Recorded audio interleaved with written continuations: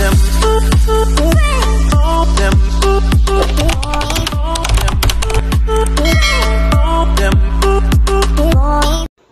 ngayong araw nga, pupunta ako Gardens by the Bay. Tapos, tingnan mo, parang ako nga lang yung mag-isa dyan parang natatakot ako. Ngayon, bumaba na ako. Tapos, hinahanap ko dyan yung exit 1 kasi sabi nila papunta ng barrage is bababa ng exit 1. Tapos, tingnan mo, konti pa lang yung tao sa MRT. Tapos, libre nga pala yung sakay ko dyan kasi parang bago ako sumakay dyan or dumaan. Parang libre talaga siya. Yung first ride mo daw is free daw yun. Iwan ko ba kung hanggang ngayon kasi yun dati yung narinig ko. Tapos ngayon para patunay na ako nagvi-video is kumuha ako ng sarili ko, 'di ba? Tapos paglabas ko ng exit 1, wala talaga, parang renovation pa siya or parang under construction ba? Tama ba yung pagkasabi ko? Sabi ko, uuwi na lang ako kasi parang wala din akong matanungan. Pero sabi ko, sayang lang din naman pag umuwi ako. Kaya ayun, tinuloy ko. Ayan na nung bumungad sa akin nung naglakad ako papunta doon. Kaya straight nyo lang yung paglakad nyo hanggang marating nyo yung pinakadulo doon. Tapos yan na yun. Yun na yung makikita nyo, bubungad din yung madaming nagja-jogging dyan. So, ayan na yan is, papunta yan sa circle na isa sa mga nakikita ko doon dati sa TikTok na akala ko is wala dito sa Singapore. Kasi sabi nila is brown line down. Sabi ko wala namang brown line dito sa Singapore. Kaya, bagong open pa lang pala na MRT station yun. Kaya wala akong ibang aasahan kundi sarili ko. Siyempre mag-video ako. Maagang pa pala ako dyan. Alas 8 pa lang. Kasi alas 7 yung labas ko sa bahay.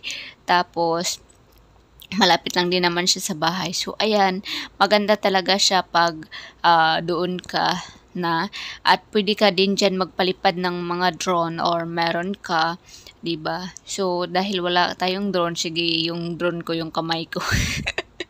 So ayan na nga guys, tinuturo-turo ko dyan yung building namin kasi kitang-kita ko yung building namin dyan. So ayan, nag-video lang din naman ako sa sarili ko. Hindi ko dala yung glass ko kaya parang nakapikit ako kasi sobrang ng sikat ng araw ba. So, ayan guys, patingin-tingin lang. O, diba, inulit-ulit. Kasi nga, parang sulitin na lang yung gala kahit mag-isa ka lang, 'di ba? Ganun ako kagala dito sa Singapore. Pag gusto ko talaga yung lugar na pupuntahan ko talaga kahit ako mag-isa. Is syempre may selfie stick tayo, o 'di ba? Lalabas na ako kasi parang sagsawa na yung sa akin yung view sa akin. O, 'di ba, patayo pa yung ko, yung pagvi-video ko. Kasi sobrang na yung mata ko ba. Hindi ko dala nga yung glass ko. Tapos, ayan, maganda talaga yung mga ferry dyan. Tapos, dyan, hindi ko alam kung saan connecting yan. Siguro yan sa RH Road, papunta dun sa place namin.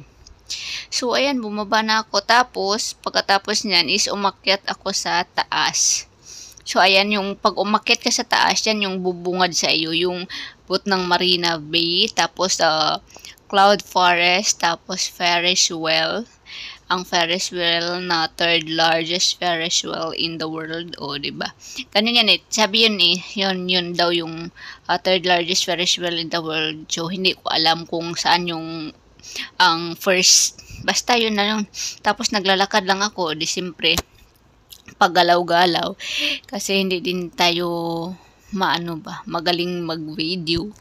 Madami kasing bit-bit kaya pagpasensyahan nyo na, charot.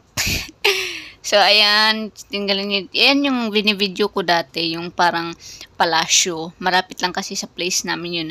Akala ko dati niyan, hindi ako makakarating. Sabi ko dati, paano ba ako makakarating sa lugar na yun? Si stadium kasi yan, or dito banda sa RH Road yan. So, isang road lang pala kami. Tapos, sabi ko, paano ba ako makakarating yan? Yung hindi ko akalain at unexpected nakarating ako kasi nakabili yung ng bahay yung bata ng amo ko doon. Kaya yun, pumunta ako. Tapos umakyat ako sa taas. Yun yung dati kong nakikita lagi sa TikTok. Sabi ko, saan ba yun? Parang ang lapad nito. Tapos bakit hindi ko siya makita? Sabi ko, baka iba yung lugar na napuntahan ko. So, ayan na yung circle kanina. So, maganda sana pag may nagbe-video dito sa taas, tapos papasok ka doon sa circle na yun, o, diba? Pero dahil wala nga akong kasama, di video na lang muna. So, ayun guys. Mini-video ko lang, parang hindi din ako nagsawa. Yung memory ko is parang full na.